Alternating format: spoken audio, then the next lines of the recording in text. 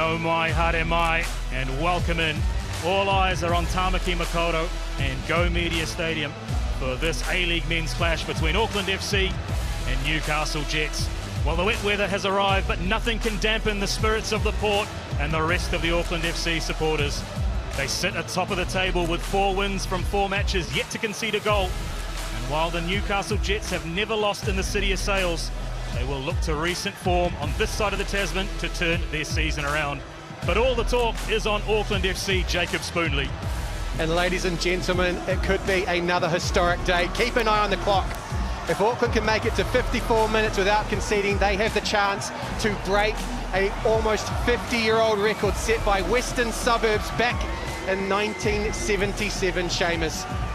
Records are tumbling. Well, there is an air of anticipation in the Auckland FC camp. They experienced their first trip across the ditch last week. Newcastle, the mood, perhaps unsurprisingly tense given their position on the table. There was muggy conditions this afternoon, now making its way for persistent rain. Well, Robbie Stanton's Newcastle Jets will have motivation. It is almost a year to the day when they rocked up to upset the early season party for the Wellington Phoenix. That day, they rolled into the capital and rolled out with 3 points and a 3-0 win. They will not be fearing the title of underdog today. Well, a lot of talk around Alex Paulson and his fantastic form. 6 consecutive clean sheets for club and country. Goal last week, not enough. This man turned 30 during the week, Francis de Vries, a milestone birthday. Let's take a look at the Auckland FC lineup. Out goes captain Hiroki Sakai. In comes Callan Elliott for his first start of the season. Incidentally, his only goal coming against the Newcastle Jets. Jake Brimmer takes the captain's armband, and Paulson, Dan Hall and Nando Peinecker have played every minute of the season so far for Auckland FC.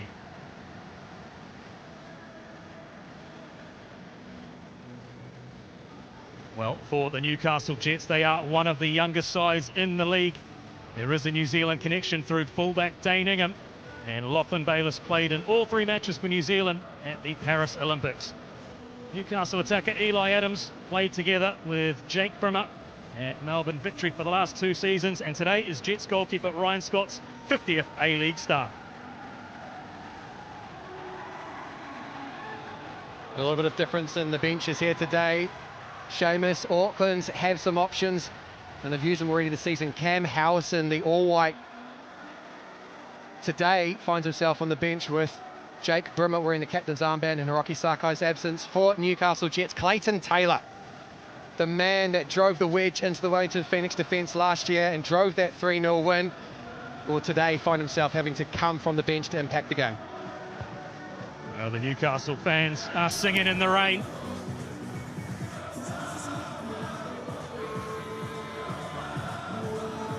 Under Steve Corica's leadership, Auckland FC have made a historic A-League debut, becoming the first expansion team to win their opening 4 matches, all with clean sheets.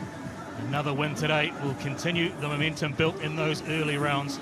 He's elected to rest his captain today, maybe with an eye on the derby next week. And for this man, once Corica's assistant, they have faced a tough start to the A-League men's season. Despite moments of promise, the team has struggled to find consistency, highlighted by their F3 derby loss to the Central Coast Mariners last weekend.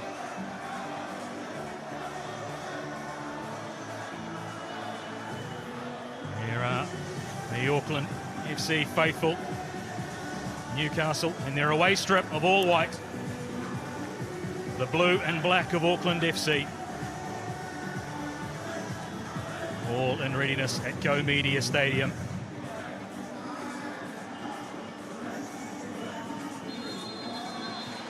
And we are underway. A roar from the Port. Newcastle attacking the goal to the right of your picture, meaning that Auckland FC will be attacking the Port in the second half. And that's something that both the players and the fans will have fond memories of. Remembering that last-minute goal for Nando Peinecker up against Sydney FC Steve Corica has said expressly he wants better starts. He wants to put that man, Ryan Scott, under a lot of pressure today. A lot of the compliments, a lot of the plaudits have been given to Auckland FC about their defensive efforts. They now want to evolve their game and start imposing themselves a lot earlier on opponents. So, the opening exchanges, perhaps a chance for both teams to get used to the underfoot conditions. It's a beautiful surface at Go Media Stadium. Just how slippery is that surface? We'll check in a little bit later with Paul Eiffel, who was sidelined for us today. There's almost 3 key participants today, both sides, and then also the groundsman. How have they prepared the field for the match here today? Well, a wayward pass there. We've had a couple of non-sporting events here at Go Media Stadium recently, and the surface is still looking absolutely spectacular. Liam Gillian, well, what an adjustment he has made to the A-League men, making the step up from National League football here in New Zealand almost seamlessly. A real attacking threat. Oh, that's missing, perhaps from Gillian. He's finding the ball in the back of the net. Goals seemingly hard to come by for Auckland FC, but in spite of that, they still remain on top of the ladder. Well, the chances have been there, and Gillian's combination with Brimmer as he looks to drift inside to allow Francis to freeze the left back to bomb forward has been something that has been of note in Auckland's attacking. And an early chance here for Newcastle, and Paulson, so often the case, comes to the rescue. Called into action early. Much to the delight of the port. Well, played in, and once again Paulson stood tall. Elliott with his first defensive duties for his first start to the game in place of Hiroki Sakai. Well, that's the first example of this 4-2-2 formation showing benefits for Robbie Stanton. What they're trying to create is a square in the midfield. They've got 2 attacking midfielders and 2 strikers, and they want to buzz in and around this midfield 3 for Auckland. And what we saw there was that quick, furiously swift, short passing to cut through Auckland, but that man keeps the clean sheet alive. A big save, arguably one of his biggest in an Auckland FC shirt. Well, you talk about goalkeeper coach Jonathan Gould praising Alex Paulson. Called into action early. Score remains 0-0. A big moment early doors. Just keep a look at the top of your screen at the moment. You can see the 2 number 10s just sitting in front of the back line and behind the defensive midfield marshals of Gallegos and Verstrata. That's where they want to operate. Auckland FC went hunting, and they eventually come up with the ball in centre field, although it's turned over again. They yet to come to a natural conclusion to allow us to have a look at that stop from Alex Paulson. Newcastle just settling into their work now. Very experienced central defender there. Maybe we get a look now. It's the quick play. Eli Adams with the lovely touch, gliding forward. Such a graceful player, and then puts that on a tee. And Ben Gibson can't lift the ball over Alex Paulson as he did last week against the Central Coast Mariners. But let's credit the goalkeeper there, Seamus. That is a wonderful save by Alex Paulson. Fernando Peinecker, once again, with another of those clearances, currently leading the league. And it's no surprise that that defensive stability is built off the back of Paulson, Peinecker and Dan Hall. That trio yet to miss a minute of play this season. So Newcastle perhaps with the brighter of the opening 5 minutes. There's an interesting mood in the tunnel with the Newcastle Jets on arrival here at Go Media Stadium. They seem very determined. And coach Rob Stanton at the conclusion of the match against Central Coast Mariners last week, spoke about managing those moments and how difficult it can be with a young group of players. They are the second youngest side in the A-League men, Newcastle. And a lot of that youthful exuberance is present in this front for the Newcastle Jets. Eli Adams, Lockie Bayliss, Ben Gibson.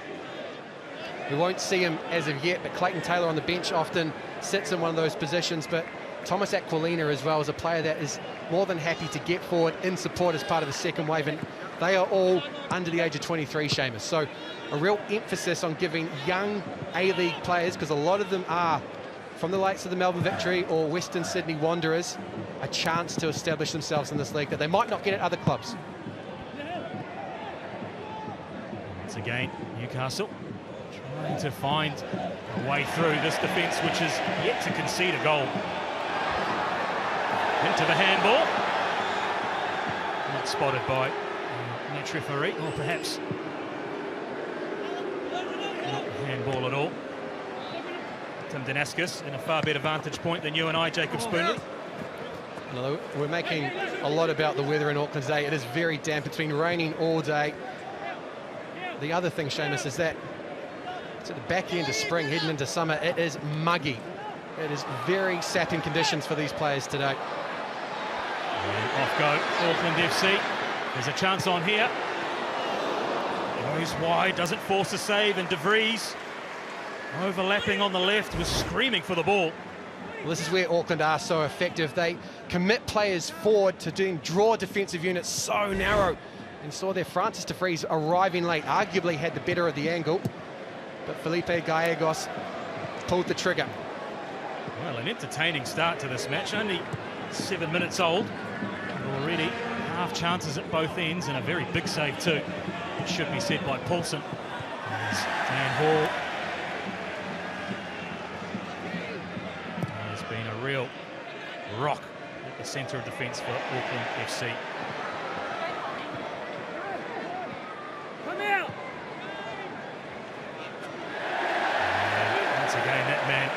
Strata has been a revelation, really, in front of the back four for Steve Corica's side.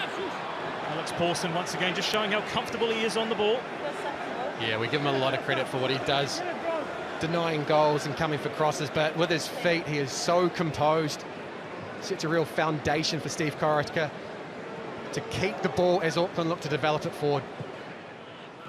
Well, despite the challenging conditions, crowd still streaming in here. They've done some very good work in the community, Auckland FC, to rally the football family of Tamaki Makaurau and beyond. By De Vries. Celebrated a milestone birthday this week with Francis De Vries. Turning 30 years of age. Seems a wee way off for me and for you. Very much in the rear-view mirror. There's Brimmer. Opens it up here. And away goes Guillermo Mai. Is this the moment that Auckland open the scoring? And it ends up off to the far side. We could see what Guillermo Mai is trying to do there as he gets released by Liam Gillian. He's not hitting this at top speed, and the reason why is he's trying to allow the reinforcements to get forward, wanting to flash that ball across the near post as Liam Gillian looked to get the return ball, but Logan Rogerson as well perhaps could have done a bit more to get on the back post. It's a dangerous one for Auckland FC. Great work by Brimmer in the early stages of that attacking foray.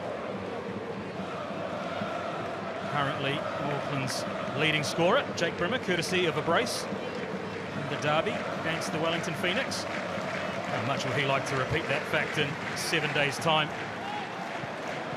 And those two teams meet again. For now, for Brimmer and his teammates, it is the obstacle of Newcastle Jets. It's one plays 11. On paper, you would suggest the team in blue and black would fancy themselves, but anything can happen. They have a phenomenal record on New Zealand soil to Newcastle Jets. they've never lost an A-League men's game in Auckland. They've played the Knights 3 times, 1 win and 2 draws. And the Wellington Phoenix once back in 2017-18. Shay, I don't think the Knights deserve to be included in this conversation. Auckland has already doubled the points in this season for what the Knights achieved in the first season of the A-League. Don't forget your roots, my friend. Famous catch cry here in Aotearoa, New Zealand. So the Knights, Black Knights, a new variety, continuing the tradition of top-level football in the city of Sails. Game now starting to just settle. Do get the feeling it's going to be an arm wrestle, particularly in the middle of midfield. And the ball ends up beating. Just keep an eye on Newcastle in possession. Although they are setting up in a 4-2-2, there's also a suggestion of rotation, with Dane Ingham, the right fullback, being released to become more of a right winger. Eli Adams is going to drift inside to join Lockie Bayliss in the number 10 positions, and Ben Gibson is going to be the sharp point of the spear for Robbie Stanton this afternoon. The question is, how do Auckland defend that rotation as it is occurring? Because they have not necessarily kept that stability that we have seen over the first 4 games of Steve Corica's reign. Tremendous support for Auckland FC. They have really caught the attention not only of their home supporters but also of the neutral. Their addition to the A-League men has really brought football into the spotlight here in New Zealand. And we have a corner. Callan Elliott arguing a point. Must be very happy to see some action today, Callan Elliott. Absolutely. A player signed with the intention to be competing for that starting right-back role, but with a man who's recruited in the calibre and pedigree of Hiroki Sakai, you can understand why Callan Elliott has to wait his chance and is obviously keen to learn from the Japanese international. Corner for Newcastle. Delivery, and is headed clear by Nando Painaka. Almost a miscue. And Painaka with some desperate defending. Paulson elects to punch. Danger still not averted here as Gillian sees it skid off his head. And finally, thumbs up from Paulson. Good decision perhaps in these conditions to elect to punch. Especially after what happened in the lead up to the intervention from the custodian. A couple of half clearances, so at that point you take a very risk-averse approach, particularly in these conditions. As you said, Shay, good strong right fist. He was under pressure from Mark Nata. A little bit of raise in the heart rate there as that ball played square across the Auckland FC penalty area. And on is the call from the port. He's acting as a 12th player for this Auckland FC side. Good touch from Rogerson. Featured in the last New Zealand All-White squad. Darren Baisley's side securing their safe passage to the next stage of the Oceania qualifiers for the FIFA World Cup 26. They've got Fiji in the semi-final and hopefully a final in March next year. So we wait for the All-Whites as they look to confirm their ticket to the 2026 World Cup. And there's a few players in this Newcastle Jet side, including this man, Dane Ingham, who will want to force their way into the thoughts of Darren Baisley. Another is Lachlan Bayliss, who played all 3 matches for New Zealand at the Paris Olympics. He introduced himself well to a New Zealand audience. A player that is playing in a similar position, played in a similar position as he is playing today. And Lockie Bayliss loves being in that number 10 spot. He's a technical player, can move the ball around, but can equally break forward quickly. Painaka does enjoy that long raking pass. was directly responsible for the goal earlier in the season. These two teams met in pre-season. Match finished a draw. Counts for little as we progress through to the A-League men.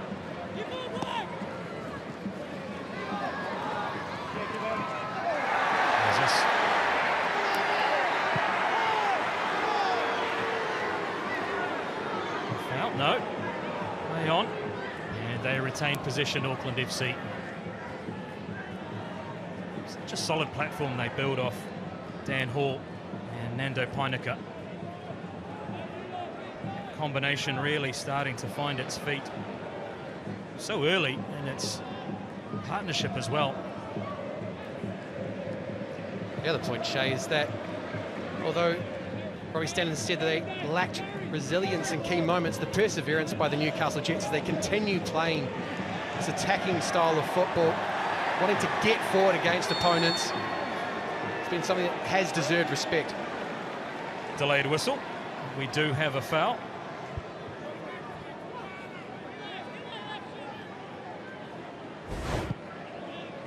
Daningham down this right-hand side. Turns over the ball just away. I think that's from Kostas Grozos. Clive here. And at the other end, Ryan Scott elects to punch as well. Well, a good decision made. That ball skidding off the surface, could have gone anywhere. Safety first by the Newcastle Jets goalkeeper. Once again, that man, Estrata, striding forward after winning the ball in the middle of midfield, carries his run on into the 18-yard box. Gillian, teasing ball, but only as far as Scott. It might just go down to Paul Eiffel, who's sidelined at the moment. In a moment or two, perhaps at the next out, Shay. We're keen to understand the messaging that Steve Corica is giving to this Auckland FC side, because he has been unhappy at stages throughout this first 20-odd minutes. As Newcastle break forward on the far side.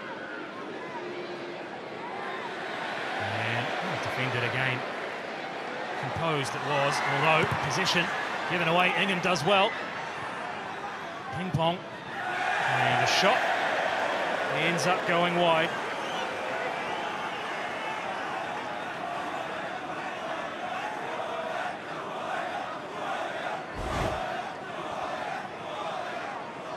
I think it's Jake Brimmer trying to get away from the press for the Newcastle Jets, and the ball falls to Eli Adams. It's on his left foot. I love what he's trying to do there, Shay. Just whip his left foot around that one, a bit of reverse on it to go across Alex Paulson. Unfortunately, it's just seemed to slip off his boot. Heavy challenge on Liam Gillian. And we're going to see the first yellow card from Tim Danaskis.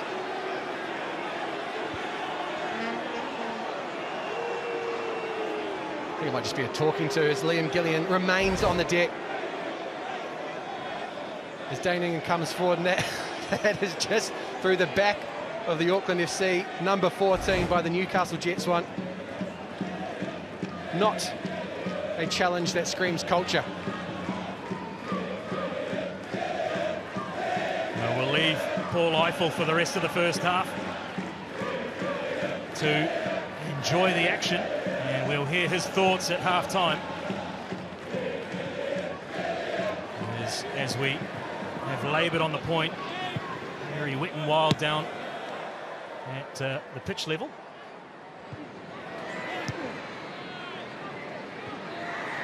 As De Vries wins that header. Only as far as Newcastle, who, outside of that opening opportunity, really forced a save from Alex Paulson. That being said, Auckland FC also yet to really test Ryan Scott at the other end.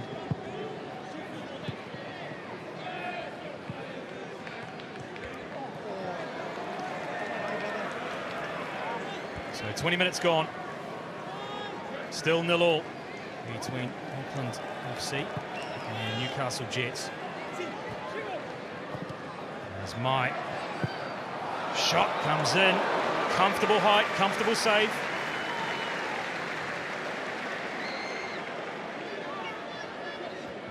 Scott. Well, as Eli Adams did only moments ago, Jake Brimmer this time gets to try and bend one into the far post. That time at Ryan Scott's end. We just saw before the attacking statistics there. Auckland looking to drive the ball home through the middle of the park at the moment, but that hasn't really fitted with the way that they have attacked so far this season, Shay. Around about 60% of their attacking phases have come down the left-hand side.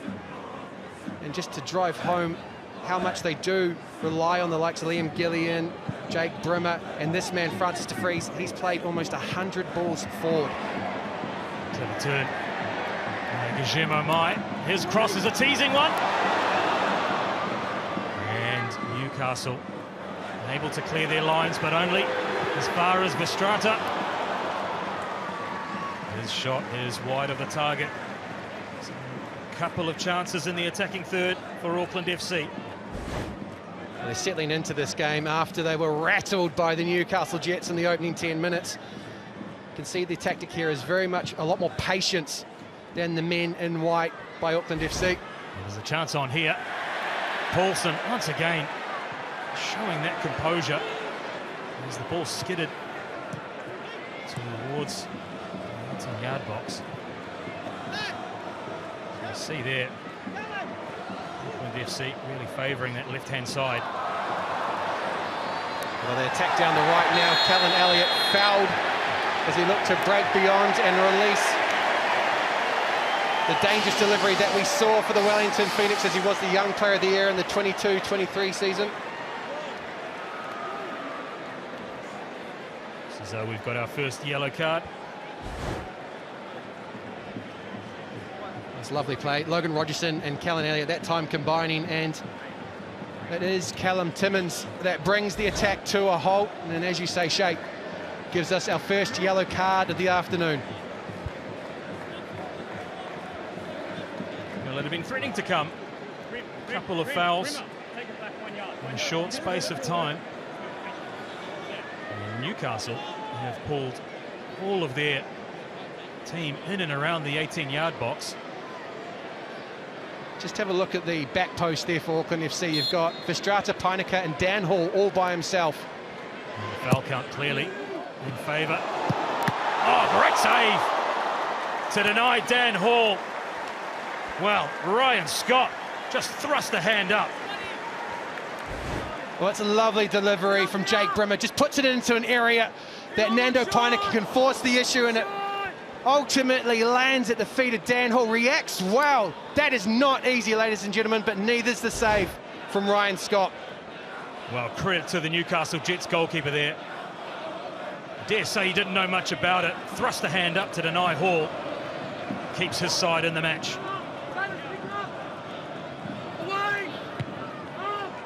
Headed clear. Out to Callan Elliott. So Auckland FC with their first big chance of the match. Dan Hall with an acrobatic effort. Great football by both sides. Save from Scott in his 50th start for Newcastle.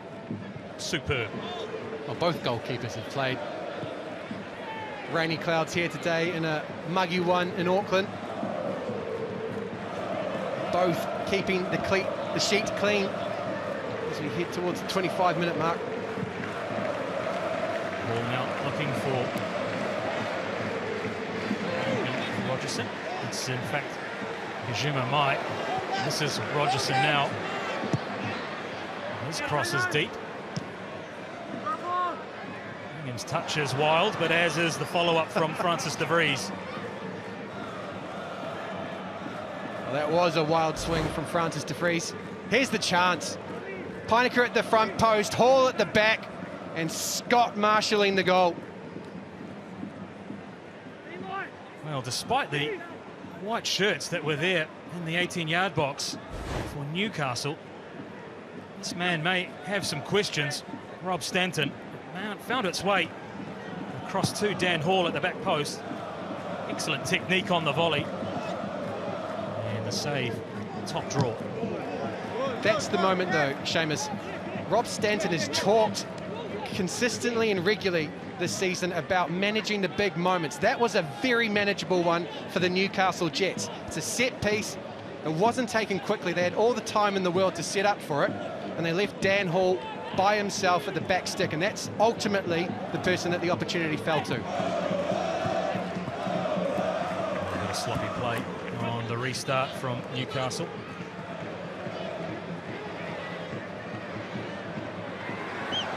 There's Auckland take over. And they look to play out through the back. How much of an impact does the absence of Hiroki Sakai make to Auckland's attack on that right-hand side, Jacob? I think his absence is more defined by the lack of leadership. Oh, sorry, the lack of leadership, that's harsh. But it's the step down in terms of having your club captain in your inaugural year being absent only 5 games into the season. You do have other players that you can call upon. Obviously, the former Johnny Warren medalist in Jake Brimmer's wearing the armband today, and you've got some seasoned all-whites in and amongst this group as well, but that on-field leadership is probably where it's hurting the most. There's Elliott, the player deputising for Sakai, looking to give Steve Corica something to think about. Great ball in, here's a chance, Mike! Great work, Dane Ingham on the block. Just really shut down the space. It was excellent awareness by the New Zealander who concedes the corner. Well, 2 big interventions from Dane Ingham. Again, this is well worked by Auckland, finding Jake Brimmer to deliver across that near post, and that's the conditions. Mai can't get it under control, can't get that first time shot away, has to bring it back onto the right foot to allow Ingham to get that important block. Well, I think it could be a feature of this match moving forward. These half chances created by the greasy surface. We've seen clearances squirting out into really attacking situations. And they elect to go short, Auckland. Top of the box. What about a strike from distance, perhaps? Clever feet by the captain on the day, Brimmer. Here's an opportunity, and that's exactly what I'm talking about, Jacob. Those chances that maybe on a drier afternoon get cleared early just seem to hang around the feet. There's Gillian. Cuts back onto his more favoured right foot. A looped cross towards the back post, but not able to find Logan Rogerson. Well, that time the conditions played in Newcastle's favour, but you're right, Seamus. Another example of how the players are just having to be mindful about their feet and reacting to the ball. It obviously isn't playing as it would on a typical day here because of the wetness that is in and around Mount Smart Stadium. Having to defend and control the situation via the collective. Just a delay on the restart. Back underway now. Possession given away, almost gifted. He's such a presence in the middle of midfield, Estrata. There's a way of disrupting and breaking up attacks. And quite often, after winning the ball, it's a simple pass. His ability to recycle possession for Auckland, at the same time turning an attack for the opposition into, as you say, controlled possession is something to behold. And he's winning a lot of plaudits, starting to be taken notice of in the A-League. There's another ball delivered in towards the back post. It's becoming a repeated pattern, particularly down the left-hand side through this man, De Vries. It's the understanding between Gillian and Brimmer. They often interchange. One of them will start narrow down the left and then the other starting in the number 10 position. If they change quickly, the opponents often have to react, and that means that there's space for the technical operators to take advantage of.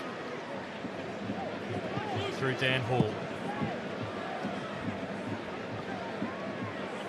Heineke stepping into midfield. Clever. But good defending. They've held their resolve, Newcastle. Although in those moments where they have won the ball, it tends to be turned over quickly. Able to build any sustained pressure.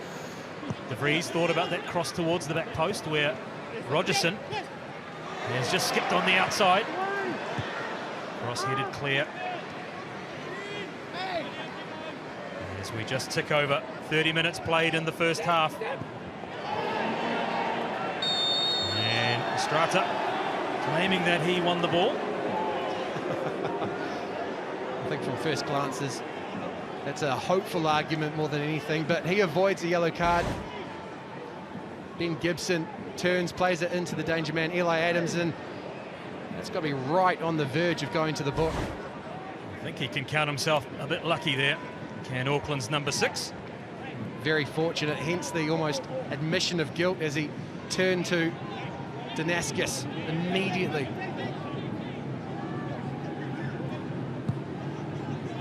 So Timmins gets us back underway, all the way back, although the hit by Kankar.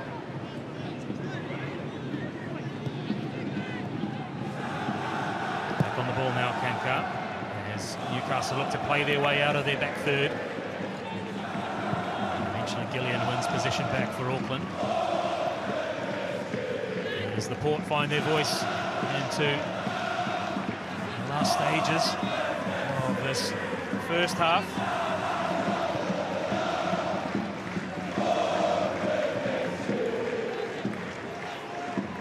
He was talk pre-match of around 14,000 pre-sold. I'll tell you, you won't be able to find a spare seat in the house next week when the Wellington Phoenix roll into town. Yellow fever will want to make their presence known. They have the week off, Wellington.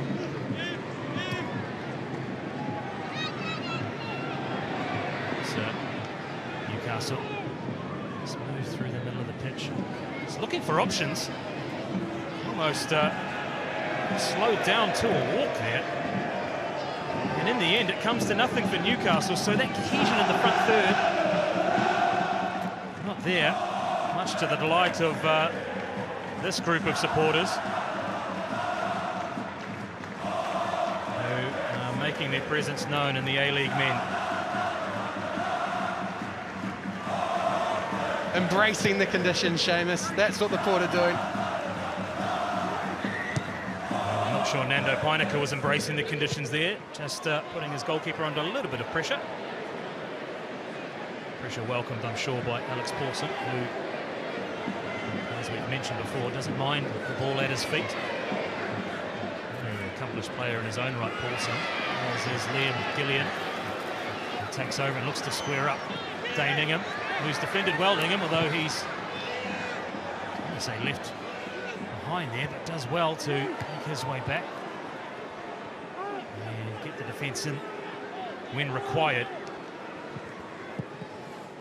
Ping pong. De Vries finds himself very well advanced. Gets it back. Here's a chance. Headed clear. Well, it was begging for a blue head. Oh, Shay, there's a bit of a combination here. There's an element of misfortune as the ball doesn't find a player in blue and black, but equally, there's a couple that just keep on hovering on back shoulders. Guillermo likes to drift to the back post. They need to get a runner across the front stick here today. Because of the greasy conditions, as you did say before, there's a hesitation in the defending, which means there's more space to exploit for both sides, but particularly Auckland FC in the last couple of moments. Again, possession all the way back to Paulson, which gives Auckland the opportunity to build another attack now.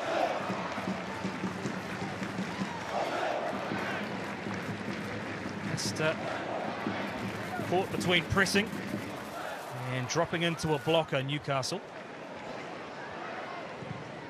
Although they've won the ball here, not able to secure after putting Auckland under a bit of pressure. Well, they had a very early chance, did Newcastle. I suggest that's a win for Robbie Stanton. Well, it doesn't look like he is winning at the moment, but Nando Peinecker forced into a diagonal there with Logan Rogerson going narrow. The margin was simply too tight and has resulted in this throw for Newcastle Jets. So the Novocastrians have got to be happy with this though, Seamus.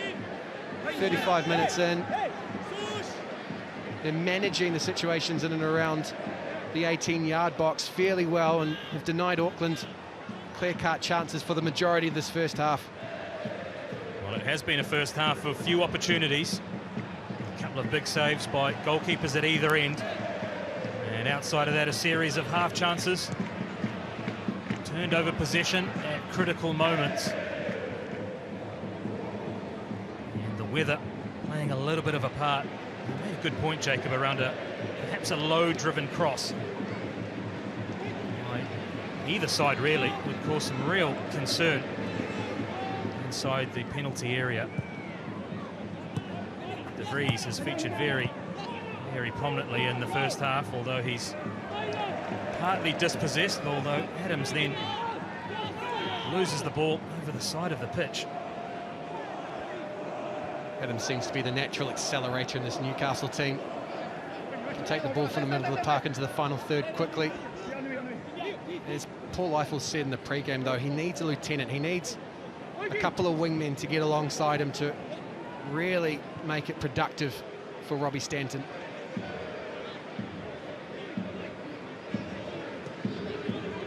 So far, Callan Elliott hasn't put a foot wrong.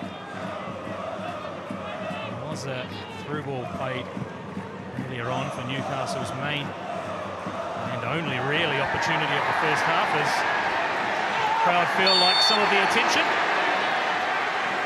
was undeserved, and Danaskis agrees. Well, that time Shushnia finds himself out near the touchline. Dane Ingham, more often than not, has been defending that space, and I think he was pretty uncomfortable with the situation and was going to deny Liam Gillian any ability to turn back into the centre of the park. Escapes the attentions of the referee's notebook. And once again, we see all of Newcastle Jets in and around the 18-yard box, and once again we see at the top of your picture Dan Hall just lurking with intent. Saw a chance saved on the opposite side. Headed clear, and a clean header too, as far as Gillian. Thought about a shot. And once again, an attacking opportunity. Goes begging from set piece. Becoming more and more critical, perhaps, set piece in a game like today's. Few chances and an open play. There's Gillian. With the dancing feet. Good work by the goalkeeper, Scott. Well, Ryan Scott with another intervention to add to his catalogue of astute play in this first half. Liam Gillian dancing in between Kanchar and Ingham. There's a ball one high by Auckland. In behind. Here's a chance. Well, just not able to get a connection to force a save. It fell at the feet of Gillian. And we've got a Newcastle player down injured here. Well, that's a chance gone begging, Jacob Spoonley. Well, this has been an effective means for Auckland FC. The press off the back of a goal kick, very adept at turning that into an opportunity for themselves. And Felipe Gallegos is going to look back on that one very ruefully. All by himself, ball under control. Didn't get the connection on his weaker right foot that he was looking for. Well, it caught Gillian by surprise almost, the chance that fell at his feet. Not able to control and get any sort of a shot away. So just in the closing stages of the first half, chances, half chances, starting to fall the way of the home side. Being said, Rob Stanton, I'm sure, will be comfortable going in at half-time at 0-0. Oh, if that ball from Lachlan Bayliss was a couple of yards further forward, the attacking momentum would have been sustained for that man, Robbie Stanton. But as you say, Shay, I think he's going to be the happier of the two coaches off the back of this first 45 minutes, if it does stay as is.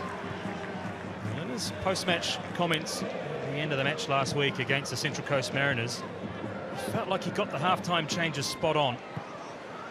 Once again, after taking the lead, they weren't able to capitalise on that position. It was individual errors.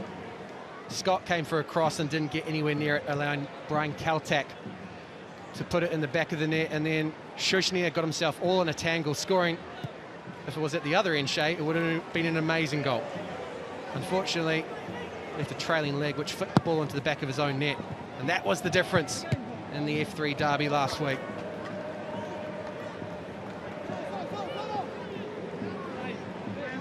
As we work our way towards half-time, nothing to report in terms of goals. Two big saves, as we've made mention of already. Alex Paulson and Ryan Scott. Dane Ingham has been prominent in defence for the Newcastle Jets. As Auckland to win the ball around the halfway line, and they do well to secure possession.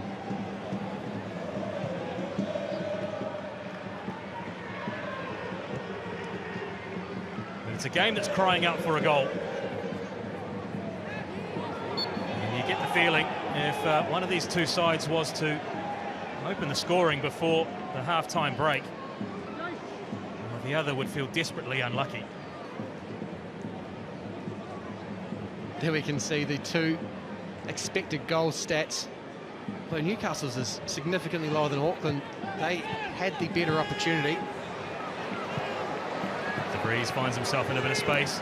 Time to measure across. That was a header that needed to be made. And a cause for a penalty. Ingham lunged in on his countryman Gillian. Well, he's getting a bit of afters from Shushnia there, and Ryan Scott and Canchar help him to his feet. It had to be immaculately timed from Dane Ingham, and it was. Centimetres in that one, but centimetres that favoured the standout player for me in this first half for the Newcastle Jets, that man, Dane Ingham. It was a critical intervention by the New Zealand fullback. One of the more experienced players in the Newcastle Jets lineup, in fact the most experienced, making his 128th appearance in the A-League men today.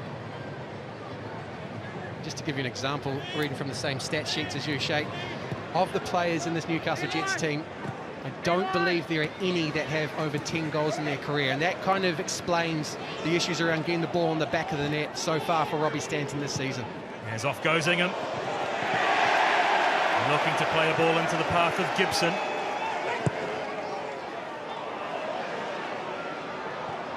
Putting my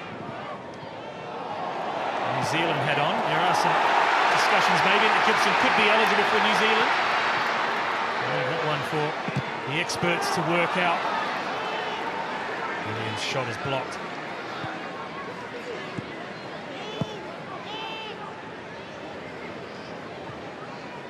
Speaking of Dane Ingham there, though he has had a very strong first half, he was noticeably absent down that right-hand side, which meant that Liam Gillian was released. I think the chance had gone there for Gillian, though, when he got up and around the 18-yard box. Instead of taking the shot, might have been better to look to combine with the likes of Logan Rogerson. They had broken forward down the right. Weinecker.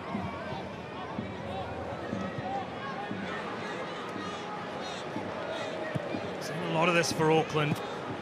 Play advanced by the centre-backs.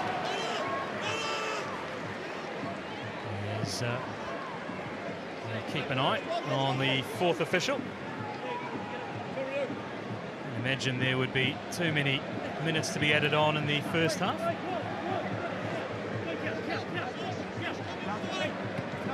And just the one, in fact.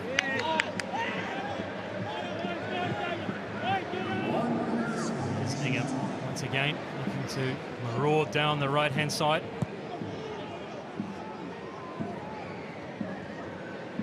although we've highlighted Dane Ingham, I think these two in the middle of the park for Newcastle, Grozos and Timmins, have been noticeable in the way they've gone through their work. Adams sees a shot blocked. Loves to cut inside, doesn't he? Adams. When he does get space, Shay, that left foot is deadly at times. Scored one of the highlights last season for me, a great goal by Melbourne Victory against Perth Glory, and then came up big earlier this year as Newcastle got their only result against Macarthur. There's our referee, Tim Danaskis. Says that is enough here at Go Media Stadium. Alex Paulson has played a big role in Auckland FC, and Newcastle Jets locked at 0-0.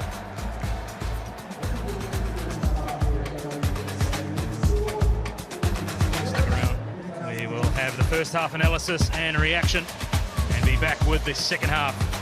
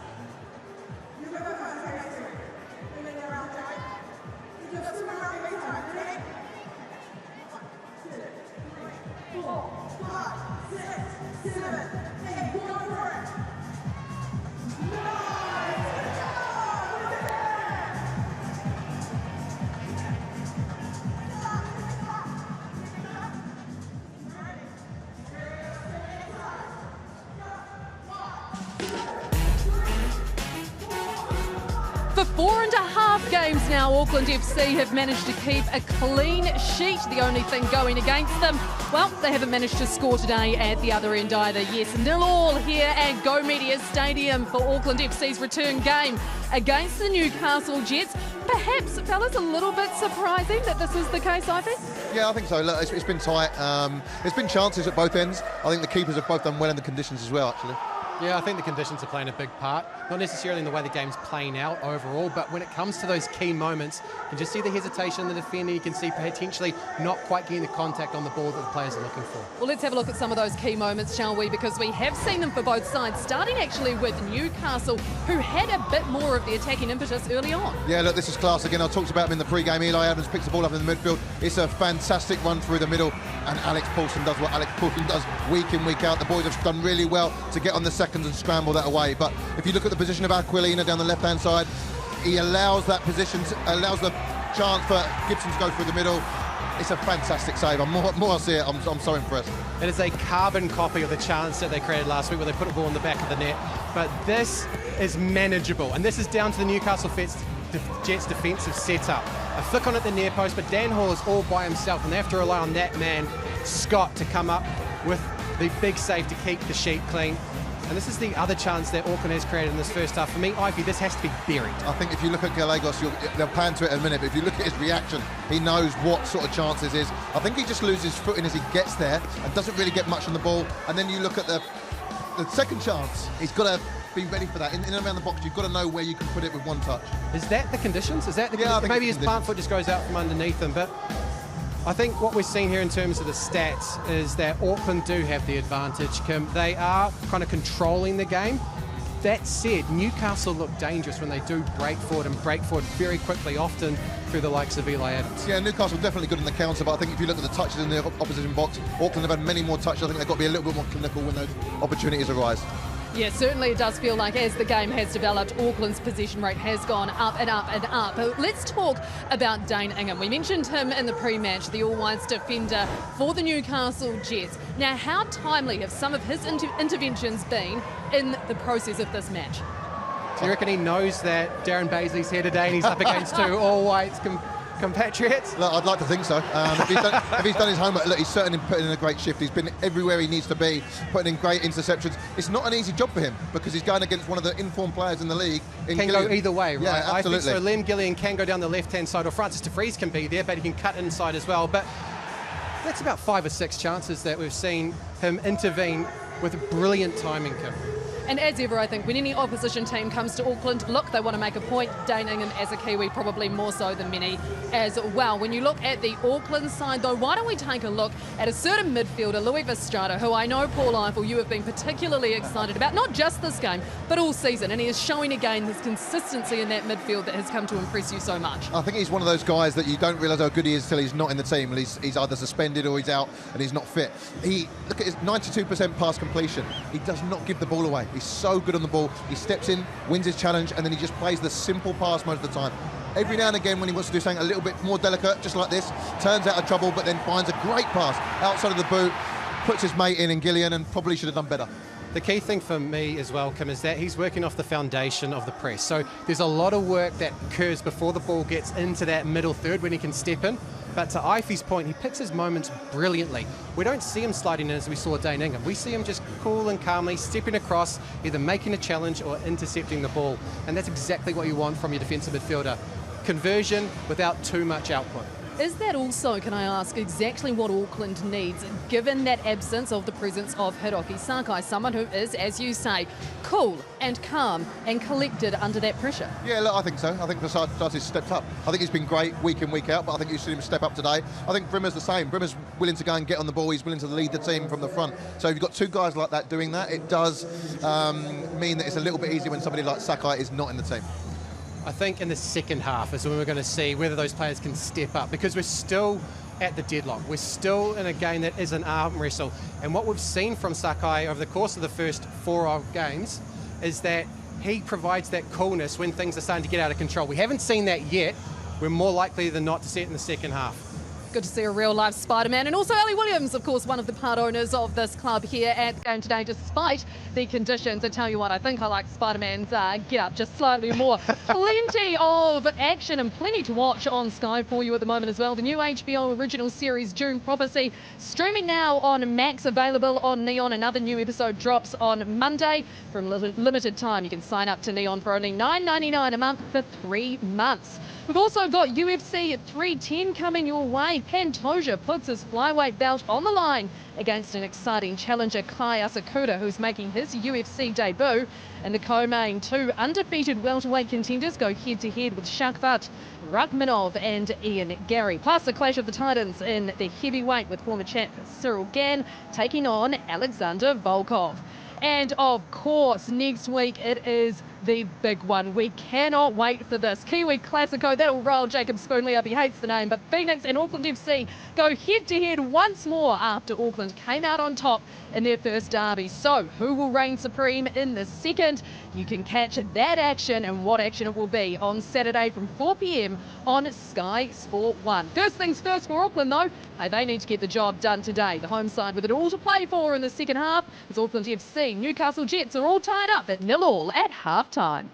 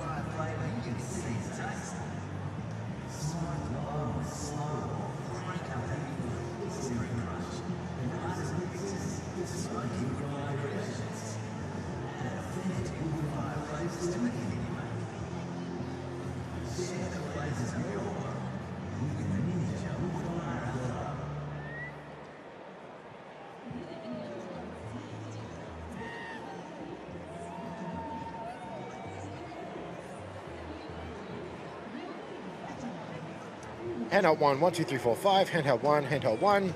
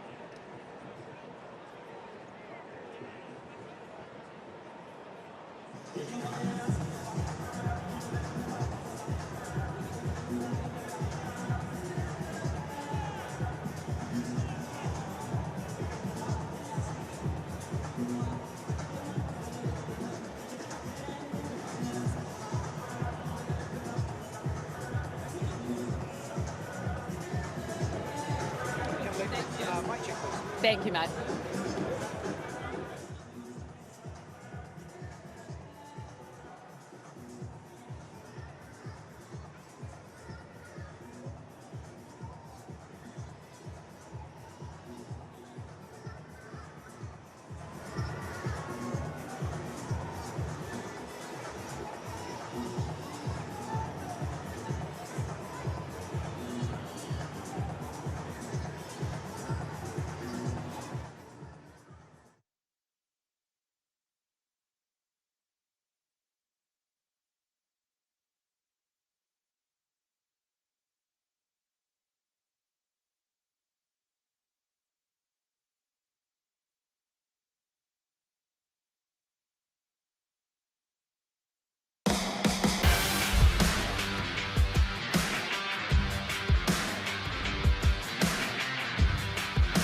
Hoki mai anō, welcome back to Go Media Stadium, where we have a stalemate between Auckland FC and Newcastle Jets in a wet Tāmaki Makaurau, Auckland. And let's head down now sideline, where Kimberly Downs is standing by with Auckland FC assistant coach Danny Hay. Thanks, Seamus. Danny, some tough old conditions out there. What have you made of the first half so far? Oh, look, we started a little bit slow, but I think the boys started to adapt to the conditions. They played a different formation to what we were expecting, and they adapted. Our boys adapted, and I think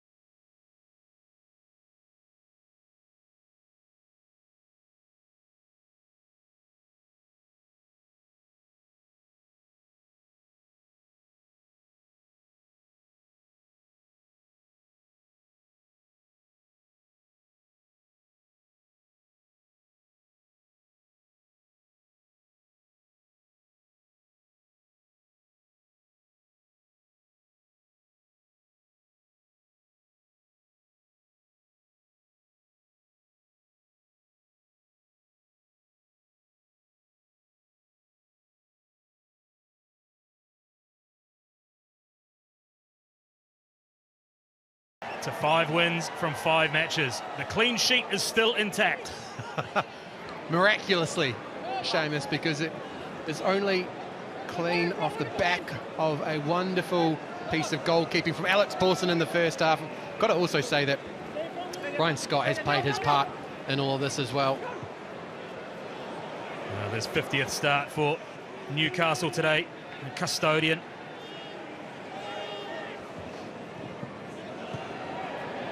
There's Callan Elliott in today for regular captain Hiroki Sakai. And it was a dangerous cross in at the near post from Callan Elliott. Yes, Seamus, it's a wonderful ball, it's a good piece of play, but Auckland need to get a runner across that near post. Both Liam Gillian and Guillermo Mai just hovering in the centre there. One of them needs to get in and amongst that near post area to get the first touch or to try and force the issue. So, first corner in front of the port for Auckland FC. Delivery into a sea of bodies around the 6-yard box. Maya looks for a touch at the top of the 18-yard. And a chance perhaps goes begging. Well, already we've seen perhaps a different energy from Auckland FC to begin the second half. Danny Hay, assistant coach, noting Newcastle perhaps starting with a formation they weren't expecting. And it was evident in the early exchanges, perhaps the visitors with something of the advantage. They had a chance very early on. Great turn in the middle of midfield by Estrada. And his ball into the path of Gillian, who does ever so well to catch up after a miscued first touch. There's De Vries. What will his delivery be? It's lofted. Saw that on a number of occasions in the first half, that Francis De Vries electing for a loop delivery, looking for an Auckland FC player just to peel off onto the back post and apply the finish. The opening of this second half very much going in favour of the team who sit atop the A-League men's competition ladder. 4 wins from 4 matches for Steve Corica's Auckland FC. There was some thought perhaps that they would start today in second place. The draw last night sees them hold on to top spot. Yeah, all because of an improving Perth Glory side. And it wasn't hard to get improvement off the way they've played some of their games this season. Yeah. David Zrilich's men did come up with a very important draw. Yes, Lachlan Bayliss fouled in the centre circle, perhaps looking for yellow card. We've only seen one in the match so far, to Callum Timmins. Really no flash points in the first 45 minutes. See, the player singled out in our half-time show, Dane Ingham. Continue that good form. He's very high up the pitch here. Cover in place, but we have seen Auckland FC turn the ball over on occasions and look to exploit the space left behind by Ingham as he makes a recovery run now to take up his place on the right-hand side of the Newcastle back four. Yeah, that's the gamble.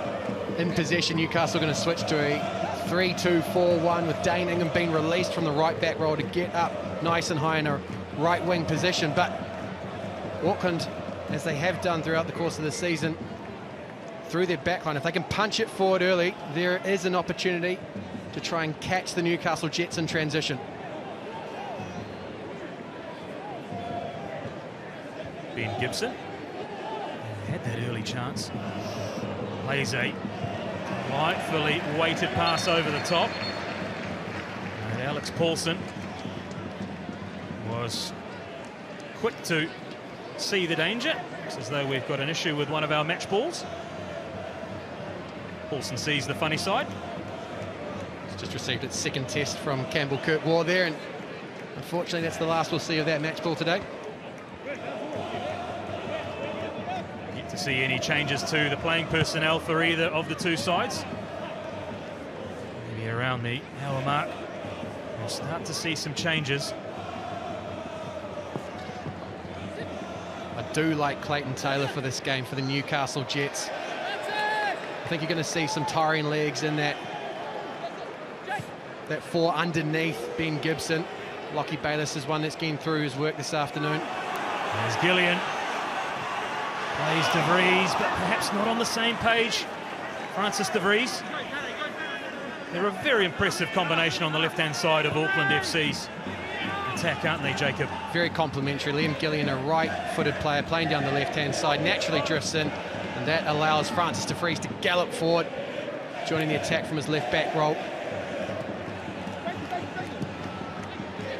One of a number of players signed from New Zealand's domestic leagues, Liam Gillian. And the man who committed the foul, Francis De Vries, is another.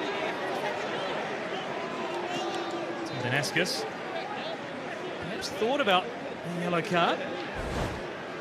There's that stage in the game when the referees do have a tendency to go to the book, and to be honest, Seamus, Francis De Vries was probably deserving the consideration of the yellow card there and is receiving a talking to from Tim Danaskis. I think we said it in the first half. Very fortunate as Verstrata avoided a yellow card as well. Now, Francis De Vries. Well, what can Newcastle cook up from this set piece? We saw a very big chance from a similar position for Auckland FC in the first half. Spectacular save by Ryan Scott to deny Dan Hall. It's Eli Adams over the ball.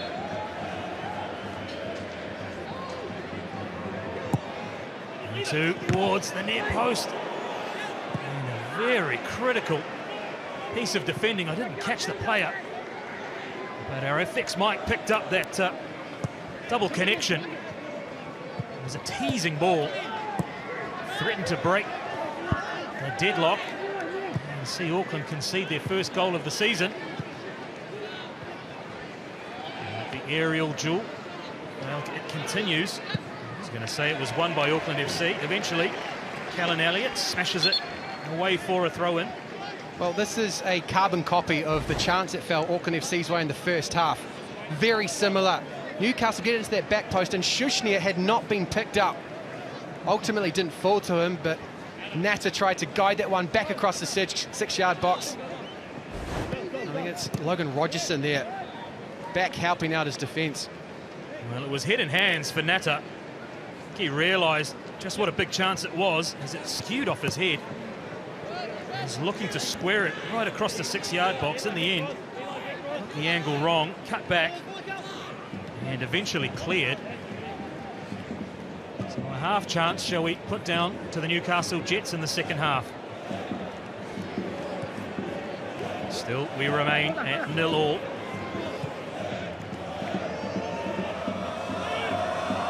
And I believe Auckland have just surpassed Western Suburbs as the team that has joined the league and not conceded for the longest period. That is a record that has stood since 1977. We'll have to get confirmation just to be absolutely sure, but I think Auckland have broken yet another record as they join the A-League.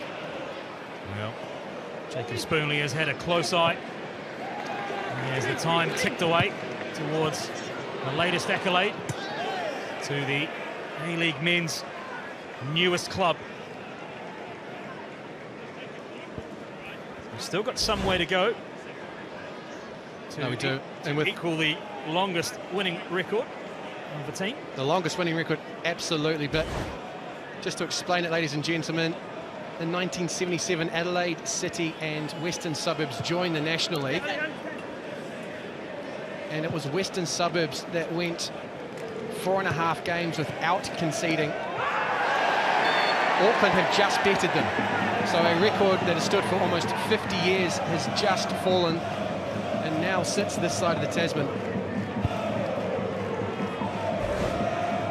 A foul, almost in front of the Auckland FC technical area. You can see Steve Corica's reaction to that. As Guillermo Mai was fouled onto the Go Media Stadium turf.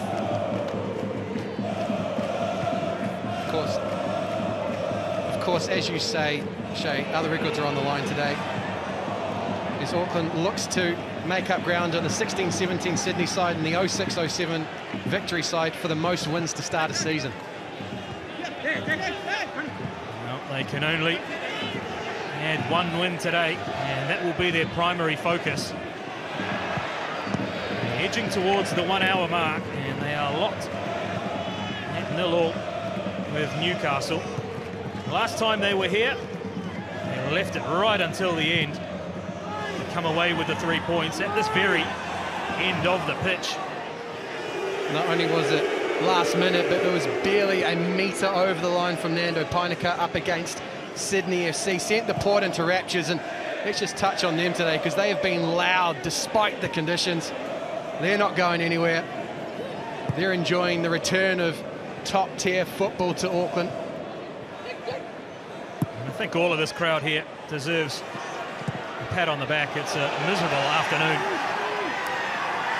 here in Auckland. But they fronted again. And there it is. There's the record that Auckland now have. 4 matches and then 56 minutes into the 5th match without conceding. The start of their top-tier existence. Well, I'm not sure how many of the port will be aware of that record. I was just about to say, Shay, big fans in the port. Love a stack. Well, I'm not sure they're celebrating Jacob Spoonley's factoid there. If they can come away with 3 points, they will be celebrating long into the... You don't know that they're not either, Shay. You don't know that they're not. I'm not sure how many are tuning into the commentary together with Paul Eiffel. They are not part of the second half here at Go Media Stadium as the weather continues to play havoc with our sideline team. Well, there's a lot of possession and a lot of territory that's now in favour of Auckland, but the conversion of that into chances just isn't there in the first 15-odd minutes of the second half, and that is why Steve Corica has sent the reinforcements to warm up. As Newcastle into a little bit of uncharted territory here in the second half. Their second or third attack since the resumption of play. That was just a flicker, though. That's exactly what Robbie Stanton's looking for. He wants to turn the ball over when Auckland's committed players forward, and then they've got the likes of Lockie Bayliss and Thomas Aquilina looking to break forward and get alongside Eli Adams and Ben Gibson. And unfortunately, that time it was just a misplaced pass that meant the attack fizzled out. Well, we've still got over half an hour to play, but it's got the feel of a smash and grab by Newcastle potentially. One goal could be enough here. They've defended resolutely. They are looking to try and catch Auckland on the counter-attack. It's a big question that we haven't seen an answer to so far, because they haven't had to come up with the shape. Auckland has led in all of its games, obviously, because they have kept a clean sheet, but we're not sure how this team responds to going behind. There's another example of the work of Vestrata. Singled out by Paul Eiffel during the halftime show. More often than not, once he wins possession, he's able to find a teammate and retain that position. Works ever so hard to break down attacks, to get those long levers in and win possession back for his side. Now it looks like Daniel Wilmering is being readied for action. And it's Lockie Bayliss, the Ollie White, that's going to make way. We'll keep an eye on that change as it comes, but the long, loping figure of Vestrata lofted to the back post. Not able to make a connection. And Gillian. Clearance needed to be made. And a wonderful piece of improvised defending there. Could well have skidded up off and into the hand. As Logan Rogerson apologises to his teammate as we see the change being made. And there's the confirmation. Wilmering coming on, and Lachlan Bayliss coming off. But a lot of the thankless work today, got back when he needed to, and sprung forward to try and amplify the Newcastle attacks. And this is where the attack came from, and it all starts here for me. Logan Rogerson in a position where Nutta's looking to defend, but it's a delicate ball to the back post. And it's fortunate on that occasion, but Daningham does enough just to block the initial header from Liam Gillian. And ultimately it's then cleared. Just saw some vision right at the end there of that moment in defence I was talking about. Just skidded up off the surface. He had the danger of being up onto the hand. And we see the yellow card go the way of Daningham.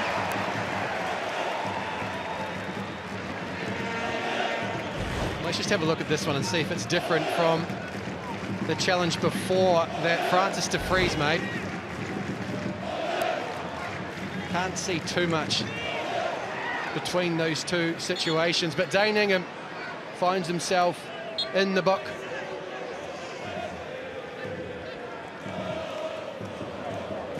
Well, he will need to navigate the final 30 minutes of this match knowing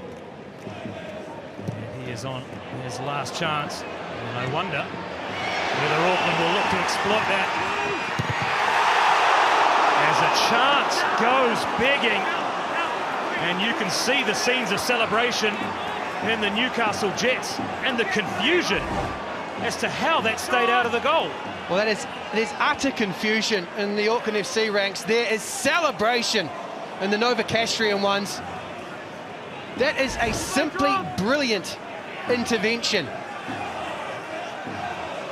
Nutter there making sure that that ball did not find its way into the back of the net, and Guillermo Mai had no idea how he got the block in. Oh, it was a real look of absolute confusion as his shot from the resulting corner goes over the bar. You can see the funny side now, perhaps. Well, this is the reason for the disbelief here. As you said, Auckland looking to exploit the side of the man that has recently gone into the book in Daningham. Liam Gillian gets the ball across. Guillermo Mai with a wonderful connection, but it's actually Ryan Scott who gets the block at the near post, and then Nutter sees it out for the corner. Brilliant from the Novocastrian custodian. Brilliant, Seamus. Well, Guillermo Mai spun around and almost half-heartedly appealed for a handball. He couldn't work out how that stayed out of the back of the net. And this is a flashpoint and a big moment, potentially. It's a yellow card, but it is a very dangerous position to concede a free kick. Well, there's a question here about denial of a goal-scoring opportunity, and it's that man again. Jake Brimmer has been so adept in this system for Steve Corica at picking pockets in that final third. Ooh, look, Schuschnigg definitely gets first contact, but it's all because he gets himself into a situation where he needs to be reckless. I think yellow card is sufficient in the circumstances, but the contact on the bottom of Jake Brimmer's ankle is going to be reviewed here. I wonder if VAR is having a second look at this. It's heavy contact, Seamus. The contact, yes, is made on the ball first, but the heavy contact is then followed very quickly as Jake Brimmer is brought crashing to earth by that man, Schuschnigg. Well, it's as though he wasn't aware of the threat on his outside. Well, there appeared to be in a blind spot. And he turned right into danger. Well, we've been told that any check by VAR has taken place and it will stand at a yellow card. And I think that is the appropriate result. But, Seamus, Schuschnigg can consider himself very fortunate because that was all of his own making. Will Ryan Scott be called into action again here? Inside the arc of the penalty area. Confirmation of the yellow card.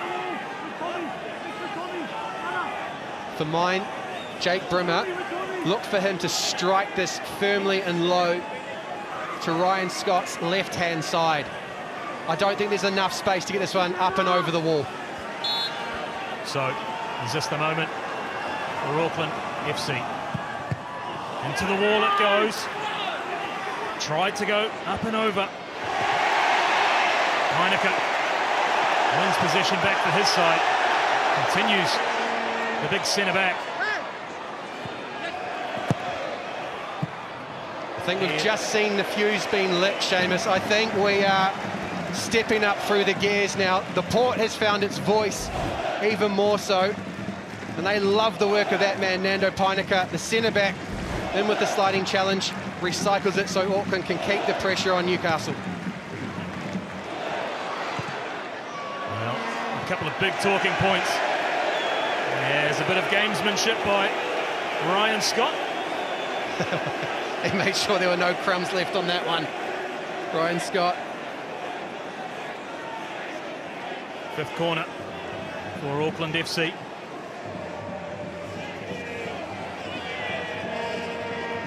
We saw the last ride into that 6-yard box, looking for the last touch, the last deflection.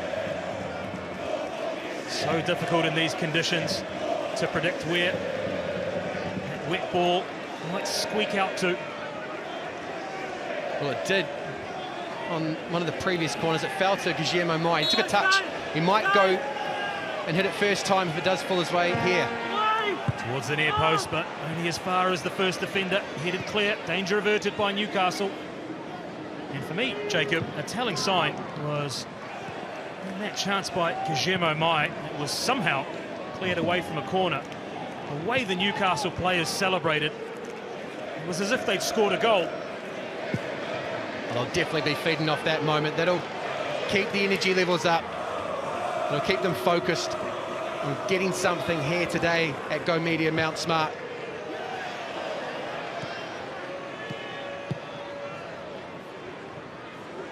Find their way onto the left-hand side of the attack.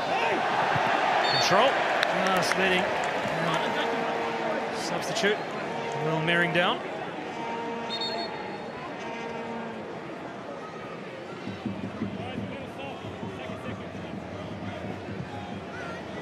Here we go. Clayton Taylor. A ready-made replacement for Ben Gibson. Taylor's a bit more of a physical presence. Gibson liked to play on shoulders. He liked to look to combine and bring Eli Adams into the game. This man is more of a bulldog. He's going to go right at his one-on-one battles up against Dan Hall and Nando Heineke. Well, it was a straight swap in the starting 11 for Rob Stanton's side. And Taylor who started last week, gets an opportunity with just over 20 minutes plus any stoppage time that referee Decisive can find. Yeah, no discussion about that one. Clayton Taylor's first involvement in the match is to go around Nando Painika, who then makes sure he gets two hands on the Newcastle number 13 and denies any further momentum from there. Very quickly into the book by Tim Decisive. And we saw a free kick from a similar position not long ago.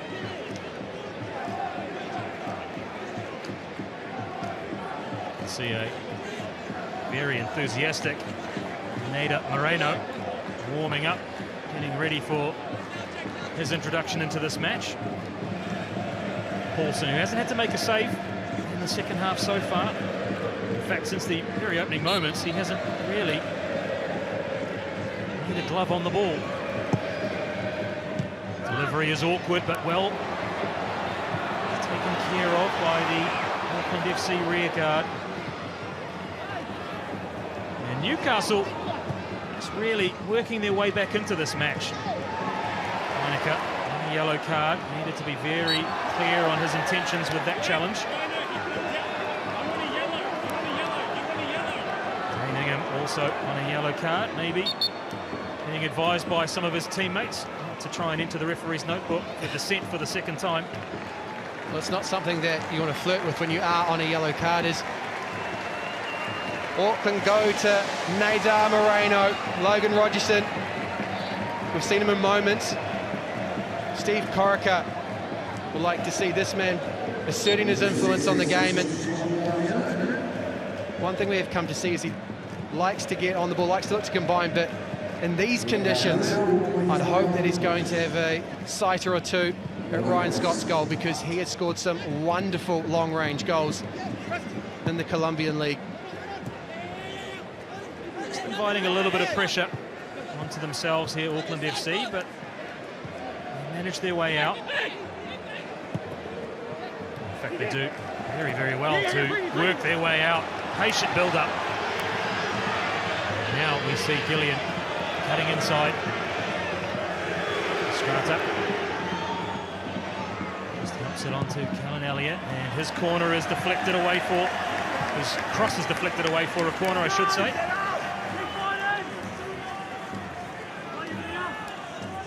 Well, 20 minutes to go. We're starting to see a little bit more space and time just outside this Newcastle back four. And Francis de Vries and Callan Elliott, you've got people that can get that ball in with precision. Last delivery was towards the front post. They opt to go short.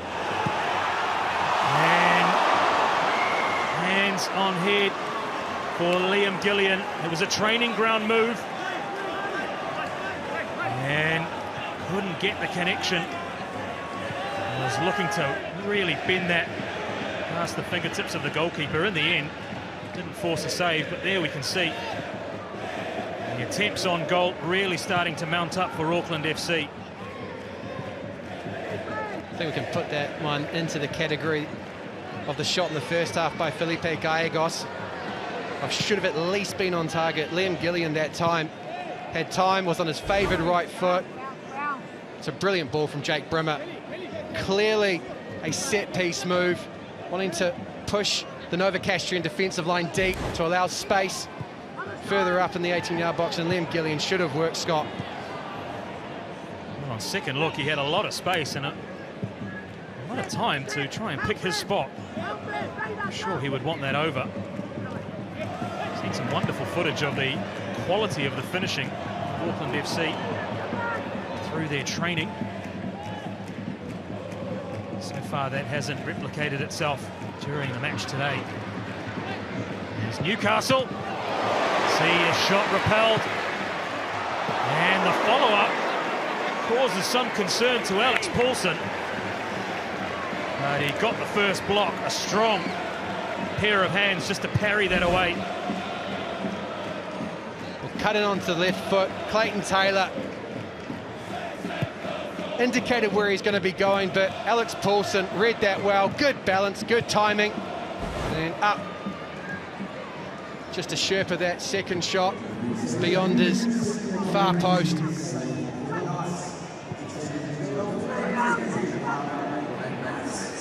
Maintaining good concentration levels, perhaps not at the other end. Here's Auckland FC. Now, once again, seemingly with all to play for, all to aim for, a chance, and a big chance goes begging. Well, they celebrate again. This time it's Philip Canchar, but he's the one who has to get himself out of trouble. Gives the ball to Jake Brimmer, and Brimmer's waiting for the run from Guillermo Mai down the right-hand side. Doesn't find the moment to release the ball, and Canchar snaps back in to stop play right there. Well, both Newcastle Jets central defenders guilty in the second half of those lapses in concentration. Rob Stanton talks about managing moments. Two of his more experienced players, certainly in the case of Shujnar, not managing those moments. Canchar, younger, and he tidies up here. You're right though, Seamus, there's an element of self-destruction here at the moment. As Gillian breaks. Canchar, a thumbs up, agrees with the referee's interpretation that that was a foul conceded. No real argument. Does he escape a yellow card? It seems he does. So perhaps the show of remorse enough to change the mind of referee Danaskis. We'll get a better look here, but Len Gillian rather waiting for the contact to come. Philip Canchar, best attempt to get near the ball. Regardless, brings Len Gillian to ground and results in this free kick. It's a real feature of Liam Gillian's play. Looking to try and draw a foul once he gets on the inside or the outside of a defender. And he often does his best work in the second half. A man of real work rate. Another opportunity for Auckland FC. And it's last touch by a Newcastle defender. We'll have a corner once again on the broadcast side of Go Media Stadium. Is that Grozos at the near post? Let's have a look. It's a great touch, and it's Philip Canchar again. Again, a lovely celebration. Well, taking pride in their defensive duties. Newcastle Jets. Will they go short again here? Once again, not able to clear the first defender, and another wasted corner opportunity for Auckland FC. In acres of space is Guillermo Mai. Eventually the ball finds its way to the Auckland FC number 10. Lofted cross to the back post. De Vries trying to keep that alive. In the end, it's only gone out for a goal kick. Well, the sheer numbers that are back from Newcastle. I mean, that inside the 18-yard box is so congested. It's Jake Brimmer making way for Max Mata. I would suggest that Mata's going to go up alongside Guillermo Mai. And they're going to look to multiply, double the targets from these consistent deliveries that we are seeing. Another set of fresh legs for Newcastle Jets to deal with. And it did seem that Brimmer, even in that last attack where he had a big opportunity for his side, just seemed to run out of legs as he bore down on goal. What an opportunity for Max Mata. He's a big physical presence. Thrust in, a real, more traditional number 9 style of a player. And he will pose a very different threat now for the Newcastle defence, who are, at the moment, celebrating every defensive clearance, every block, with real gusto. Elliott thought about the shot. In the end, he works it back to Liam Gillian, and there's a bit of space on the left-hand side as a shot, cross rather. Not able to find Max Mata. A bit of a sustained period of territory and possession for Auckland FC. Look at that stat, 30 crosses. They have been peppering the Newcastle Jets 18-yard box. And so far, everything that they've thrown at the Jets has been repelled.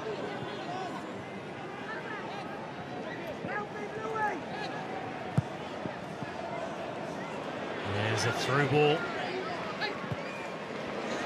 for one of the substitutes. Two substitutions that Rob Stanton has made.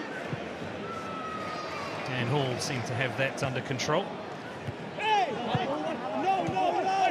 Captain's armband has been passed on to Guillermo Mai from Jake Brimmer. So to cascade down through the ranks today. No Hiroki Sakai. Rather management of an injury. Jake Brimmer started with it, now Guillermo Mai trying to lead the team and also lead the line as Auckland try and break open the stubborn, stoic Newcastle defensive effort. Got his name on the score sheet last week, did Mai. Now he would love to repeat the dose for Auckland FC in front of the home fans. I'm sure they'll find their voice as we edge towards the final 10 minutes of the allocated 90. I dare say we will have more than 1 minute of stoppage time that we saw in the first half as Auckland look to get it underway quickly.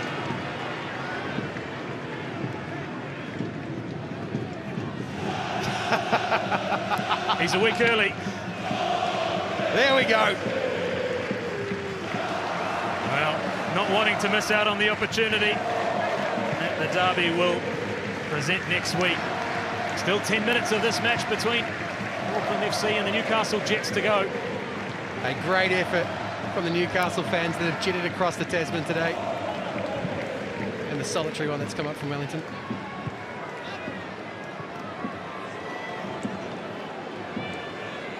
There's been a feature of the last couple of rounds of the A-League men. Saw it last week as well. Alliances. Alliances have been made, Seamus, that's right. All adding to the drama of 20 years of the A-League.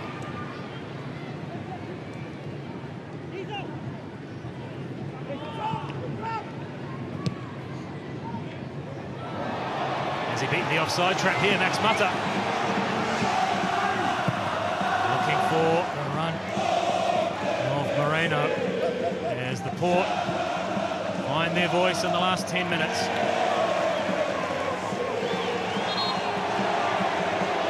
There's been a noticeable concession as Eli Adams at time is the man doing the defensive work. He's finding himself much deeper.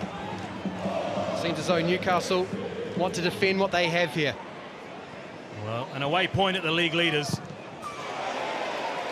a good afternoon's work, I would suggest, for Rob Stanton and his side. For Corica, he'll be trying to mastermind away to sneak a win at the death as they did against Sydney back in week 2. He finds himself up against not only the Newcastle players but their fans, the Wellington Phoenix fans, and then this growing sense of frustration. Auckland having to be very disciplined in their patience, trying to create a chance of quality. And to be honest, Shay, they have had a couple of those but failed to convert them.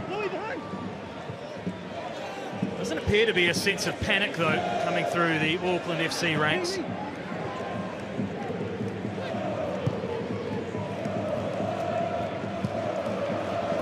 Still a lot of time of this match to be played.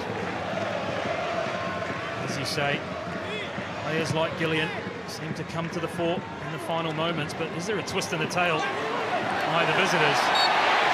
Well, it's not a twist in the tail, but it's a shirt in the hand of Eli Adams.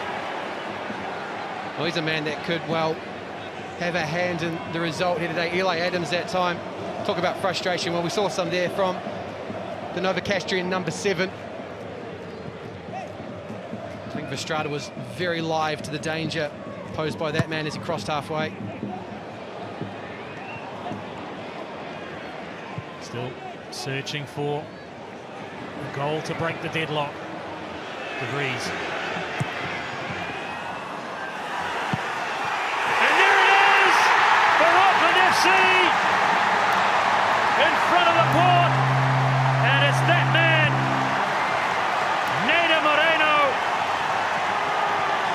finish of unerring quality.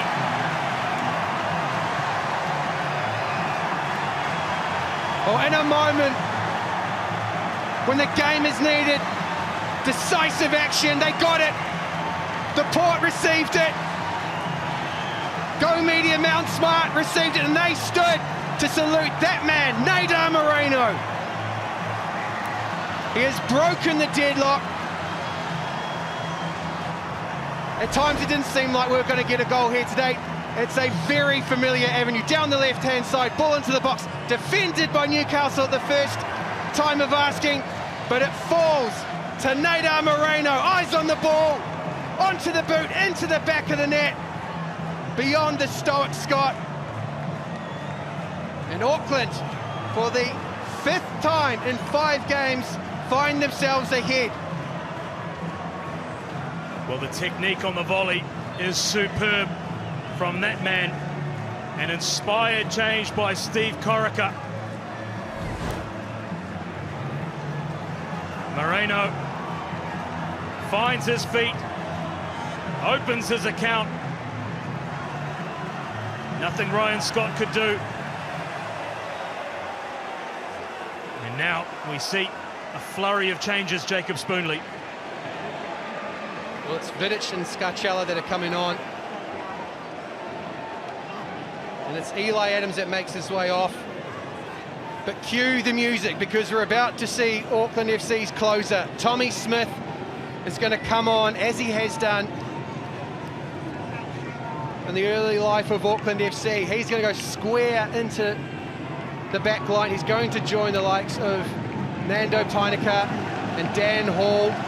He's going to manage this one out for Steve Corica. Well, that is the hope, at least. And there's the sacrifice. Guillermo Mai worked hard all afternoon. That's why we see the sub being made, Shay. Auckland have 5 minutes to manage here as they try to climb up the ranks of the best start to the season in A-League history. They are chasing down Sydney FC, the 16-17 team, who started with 6 wins, and then Melbourne Victory in 06-07. They started with 7 victories.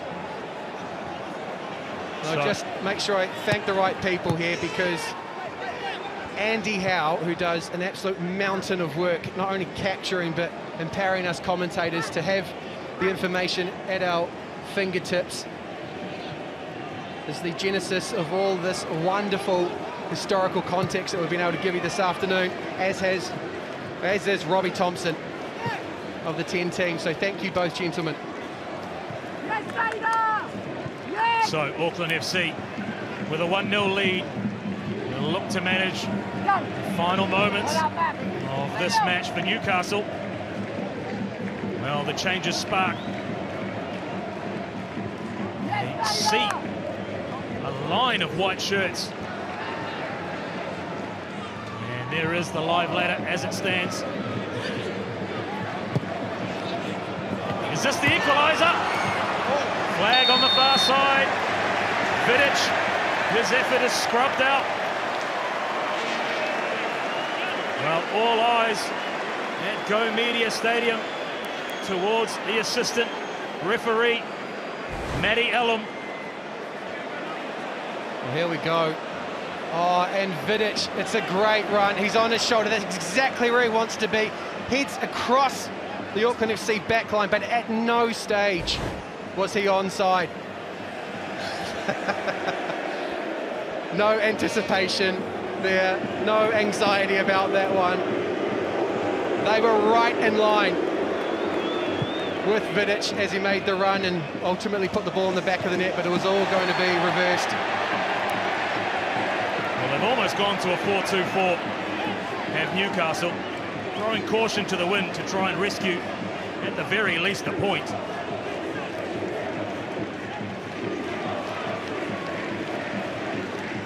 Free kick for Auckland FC.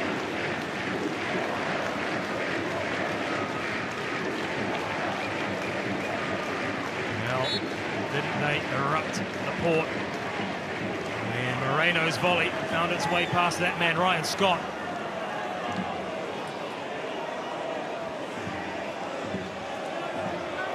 Clock ticking to 90. Newcastle Jets. Laying a high defensive line at the top of the 18-yard box.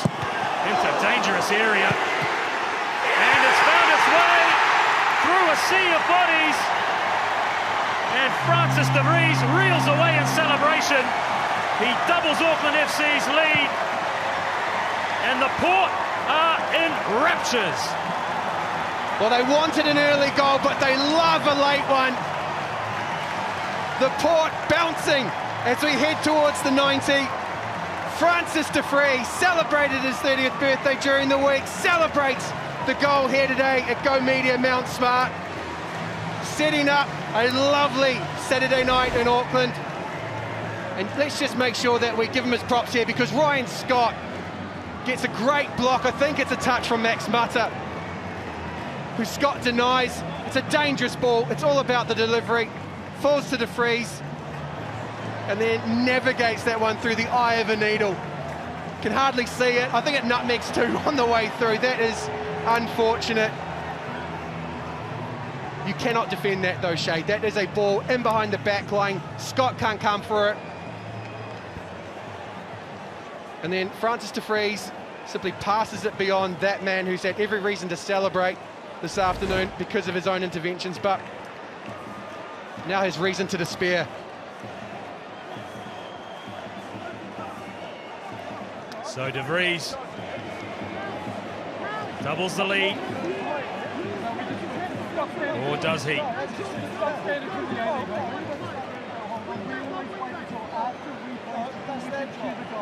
So we're still looking here, Shay, and let's see, at least have an attempt to break down what we're checking. I think it's offside here. So before the goal, and the man that we're looking at, I believe that is Verstrata. So is he impacting play? Because let's remember, it's not the last defender here, because Ryan Scott is in advance of Shushnia. So you draw the offside line off the back of Ryan Scott. The question then becomes, does he interfere with play? And that's what we're trying to work out here at the moment. So a bit of a messy one. Sounds like they're happy. And it sounds as though the goal will stand for Auckland FC. A celebration by de Vries.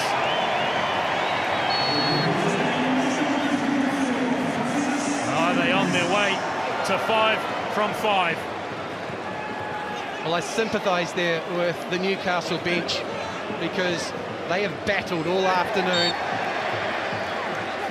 They have been stubborn about denying Auckland FC, and they have conceded 2 late goals. And they've got 7 minutes to try and get back into this one. But they're up against it, because even if they score 1, they'll be the first team to score against Auckland FC. And they'll have to double it inside the last 5.5 minutes here. Well, Newcastle trying to find their way back into this match are at risk of being caught on the counter. And it's a foot race on the far side.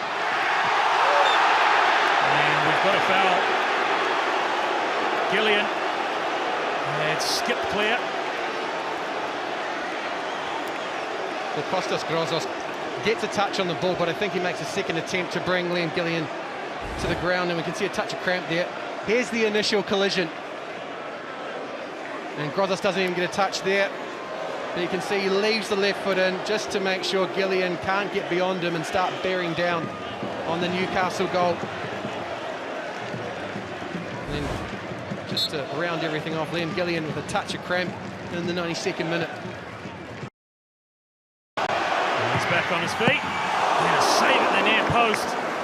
And a superb stop by Scott. Well, those 2 men that were in your picture, the man who made the save, Scott, has been wonderful all afternoon, as is the player who celebrated with him, Dane Ingham. But they're in the mood now. There's a pomp about Auckland. Corner towards the back post. Tommy Smith appealing for a corner kick. Captain's armband has been passed on for the 2nd time this afternoon. Now firmly on the left arm of Tommy Smith, who has been brought on to anchor what looks to me to be a back five as Auckland navigate 7 minutes of time added on. Tommy Smith has also been given the responsibility of marshalling Vidic. Newcastle looking to play off the big forward. Tommy Smith not giving him a centimetre. Callum Elliott heads towards the corner flag. He's going to be content to try and wind down as many of these 7 minutes as possible. Newcastle have got to go all the way down the other end and try and find their way back into the match. They trail by 2-0.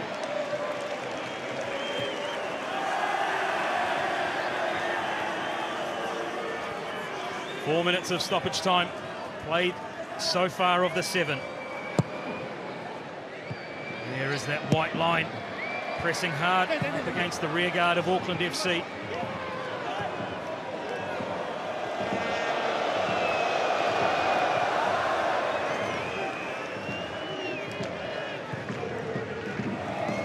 Got a long way to go, Newcastle. They have defended absolutely resolutely today. They've had their hearts broken in 2 moments. And Auckland looking to consolidate and extend their lead at the top of the A-League men. They've definitely been in the battle. And talking of battles, talking of confrontations, that man will be here next week as we make our way towards the NZ Derby, the second iteration.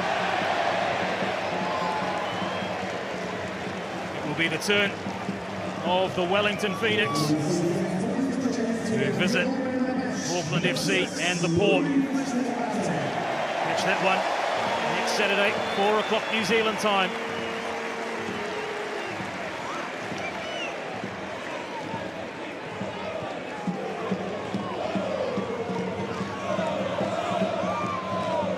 Newcastle, you've got to feel for the Jets and for Rob Stanton. They really looking to set up to try and frustrate Auckland.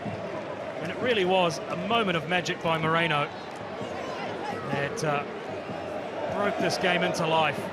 They had the ball in the back of the net almost moments after. It was scrubbed out. And then down the other end, Francis de Vries, somewhat of an unlikely hero, extended the lead. 2-0 and still yet to concede a goal. The self-destruction that we've seen in previous weeks hasn't been here today. They've just been bettered, Newcastle. They have forced Auckland to go out and win the match, and they've done so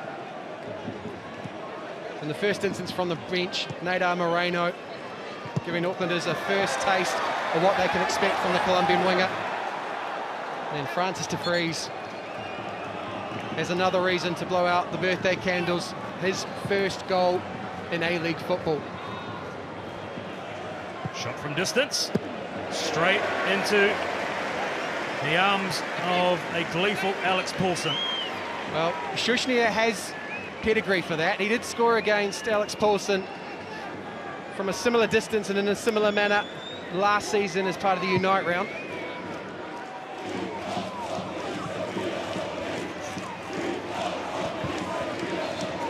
So, all eyes on referee Tim Danaskis, and he confirms Auckland FC go 5 from 5. A 2-0 win here over Newcastle Jets. Send the Port home happy, and Auckland stay atop the A-League men's ladder.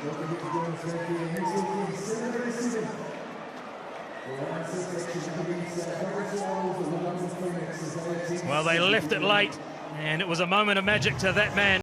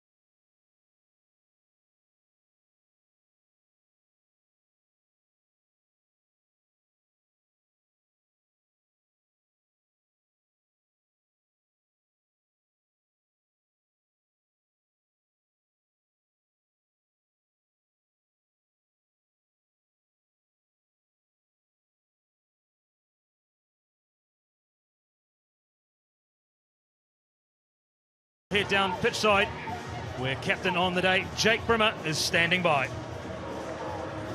Thanks, team. Yes, Jake just taking in some of the scenes from the port here as we stand down the port end, enjoying that and lapping that up in your first game as captain, standing captain for this side. Gee, I tell you what, you don't mind a bit of late drama at home, do you? No, not at all. How good was that? No, it was excellent. These guys are unbelievable. They're our 12th man, so credit to you guys. You keep us going every game. How frustrated were you starting to get as that game progressed and you weren't able to convert those chances until finally breaking through? Yeah, like you say, we had some golden chances, to be honest, tonight. There was quite a few, both Guillermo and I.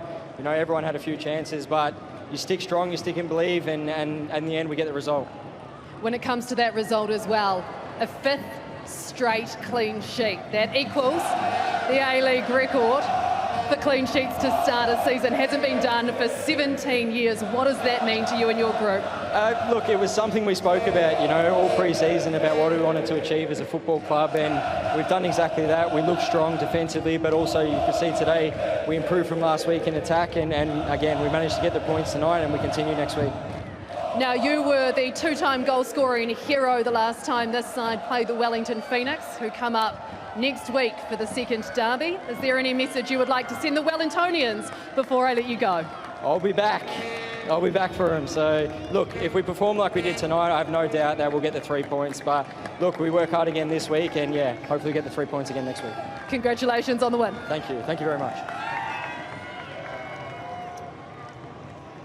So, Auckland FC celebrate in front of the port.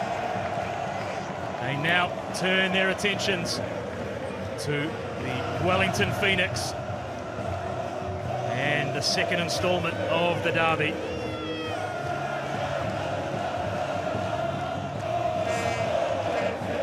Tantalising, Shay, absolutely tantalising.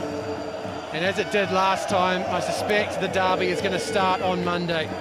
We had Alex Rufer as a late inclusion in the Wellington Phoenix 11, and then that man, Alex Paulson, came up big last time with a couple of saves, and he is making sure the Port feel rewarded for their contribution today, and they'll need them next week in the NZ derby. Well, he will be booking his tickets for next week. It might be too late, you know.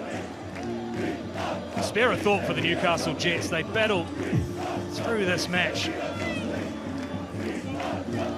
For moments, it looked as though they would come away with a point. It wasn't to be. Peter Moreno and Francis de Vries. And standing by now, the captain of the defeated Newcastle Jets is Kimberly Downs. Thanks, team. Costas, appreciate your time. A really tough one for you guys to take, I imagine, in the end. Yeah, it was. You know, I feel like we were in the game for most of it. We had a few clear chances and thought we controlled the ball, but yeah, you know, it comes down to moments, and yeah, we didn't have those moments today. How high was the sense of belief in your group right up until that moment when Auckland managed to break the deadlock? Yeah, of course. You know, belief was still high even after the goal. You know, we feel like we were playing well, and yeah, we thought that we could get another goal, but it didn't happen today. For what it's worth, you did manage to surprise Auckland FC. I think the formation that you came out and the heart that you played with. What can you take from this now, heading back home to play Adelaide? Yeah, you know, it's good to be back at home. You know, we've had, I think, 3 weeks away from home, so yeah, you know, we know what we can do, we know how we can play. It's just, you know, we're not getting the goals to show. A tough one for you. I appreciate you talking to us. Thanks for your time and safe travels home. Thank you. Cheers. And stick around, we will be back with much more reaction and analysis from this Auckland FC 2-0 win over the Newcastle Jets, coming right up after the break.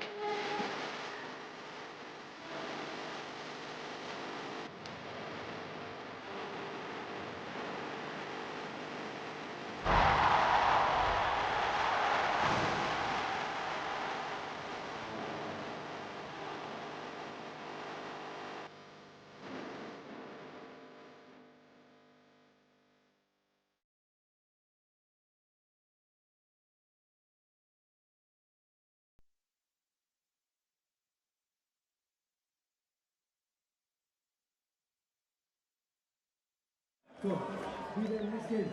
And we will win again. And then we'll get that win. Then we'll get that win. Get that 3 points next week. Thank you all so much. And congrats again.